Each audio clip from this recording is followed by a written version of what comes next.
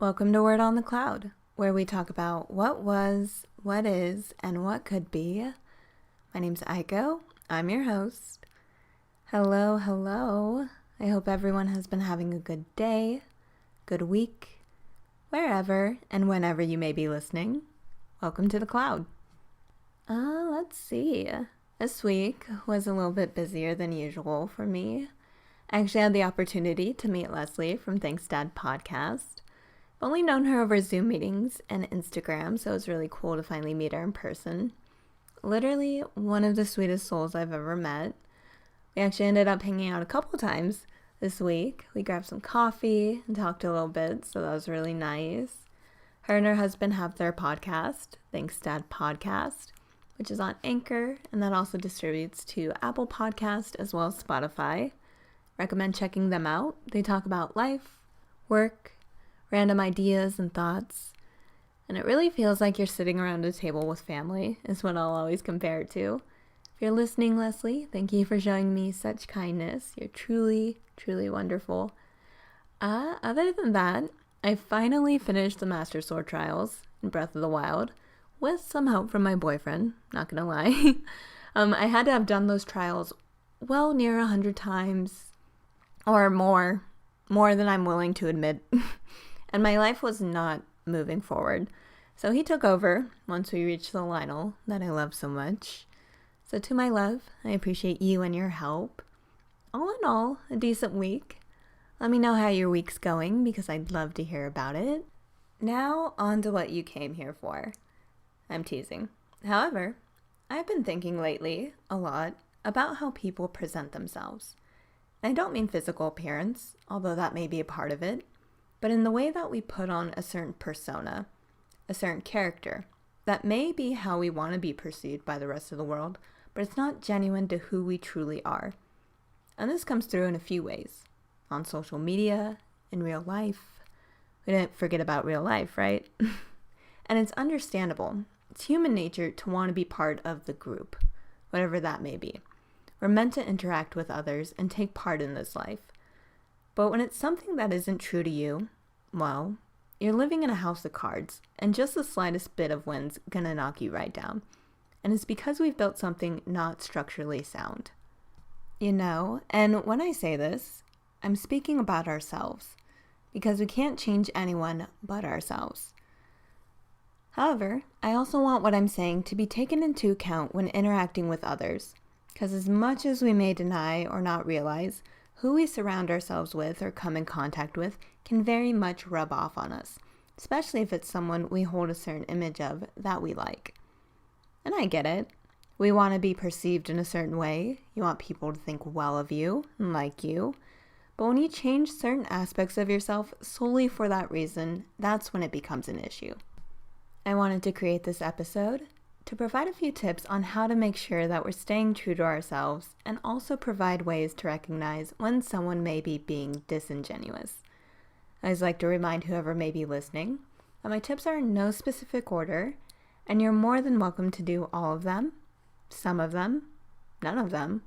You're the creator of your own destiny. But if you do find something useful, I hope it brings all the best to you. So without further ado, my first tip is get to know yourself. Recognize what you do, why you do it, how you feel, why you feel, what you like, and what you don't, so on and so forth. Now, this will take some time. That doesn't mean you need to hide away from the world as you do this, but take time to be with yourself and understand the mind within this physical form. The more you know yourself and understand what the person you are needs from that, you're less likely to be swayed or fooled by fakery, to say the least. You're more likely to stand your ground because you can back it up.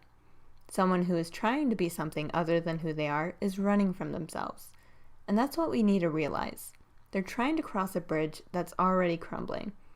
And like I said, it's gonna take some time, but that's life. We're constantly finding ourselves, discovering things, dealing with things. Our experiences make us who we are. That's nothing we should shy away from or feel ashamed of, whatever it may be. My second tip wraps into this one, and that's knowing that you're one of a kind and a work in progress all at once. Our experiences make us who we are.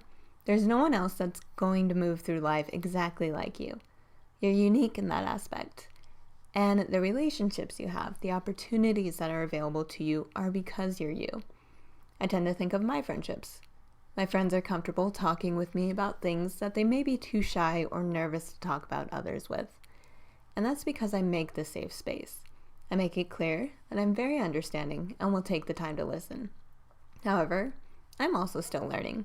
I'm still healing. It's not about being, quote, complete or knowing it all, but continuously building yourself up internally and externally. And that brings us to tip number 3. Stop trying to please people. Please yourself. Please.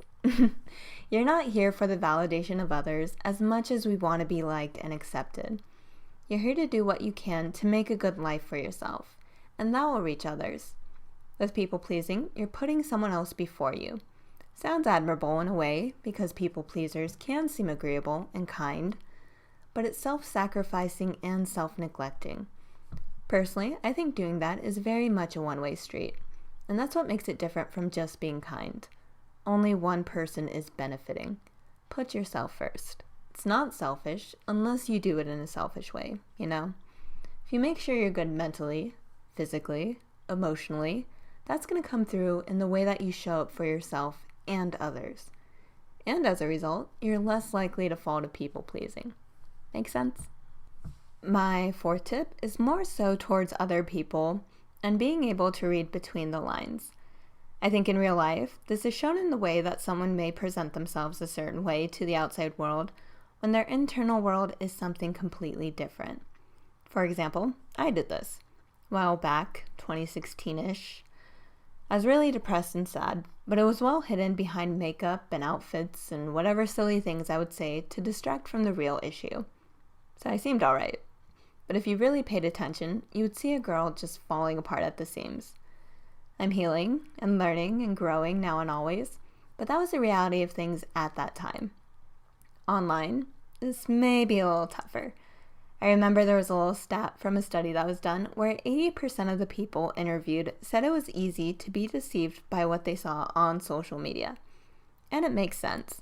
We're always told social media isn't real, and that's just people's highlight reels. Yet we're still falling and following. So I'm suggesting that we look deeper than the pictures. I don't mean overanalyze and have a bulletin board with a bunch of pins and string, but be able to recognize what's truly being presented. I'd mentioned someone I knew of in my I Heart Haters podcast. Probably not the best title of a podcast to hear about yourself in, but they did some questionable things for solely themselves, and then proceeded to place the blame elsewhere. And it's hidden with positivity and lots of pink. But when you actually look at some of the things that they say, what they repost, you see things that are self-centered. You see things that are calling others negative things and bringing them down. And these posts aren't one after another, but you see them pop up. Of course, this isn't to say that neither of these people don't deserve any interaction or kindness, but be able to recognize what it is and understand that that person is capable of feeling that way or being that way. Which brings me into the next tip of being able to recognize patterns. My boyfriend likes pattern recognition, brought this up to me. For example, video games have a lot of patterns. I was playing Breath of the Wild the other day, which is an amazing game. If you haven't had the chance to play it, I recommend it 1,000%. But I have trouble with the moblins. I always just rush my enemies, wielding my weapon and hope for the best, as one like me does. But being able to recognize patterns is useful in the way that you won't take as much damage as you would have if you just went in blind. The same can go for people. It's one thing to have a bad day, to need to rant, complain, whatnot. But if it's something that keeps popping up, then it's important to acknowledge it for what it is. Being able to see that there is a part of that person that may be negative. And you can then make the decision on whether or not you want to continue engaging, or how you engage. But you should always be aware of what it is. My 6th tip on being true to yourself is don't put so much pressure on yourself, especially when it comes to others. The right ones will like you for you and understand that you're not perfect. And why would you want to be? There's other things to be out there. Honest, loving, sweet. When you feel like there's this weight to be a certain way, then you overthink what you're doing, what you're saying. You're gonna make mistakes. And that's all right. It's how we learn, become stronger within our minds, and move forward. There's nothing saying that you need to have it all figured out, and there's not going to be that one moment where you feel that, you know. But there will be many moments to come where you feel safer, where you feel more confident, more comfortable, when you allow yourself to yourself. And this all brings me to my last tip. Tip number 7, trust the process. I know we want to have it together as quickly as we can, because the time we spend trying to figure it out can be stressful and draining. But if it were just handed to you, how would you know how to keep it? It's going to take time. There's going to be trial and error. There's going to be loss. There's going to be a lot more to gain. If you've been thinking about things like what I went over in this podcast and trying to make sense of it and what you can do, then you're already on the path, on your way. Trust yourself. Trust the process. And know that the world's a stage. But you don't have to play a part. But do with this information what you will.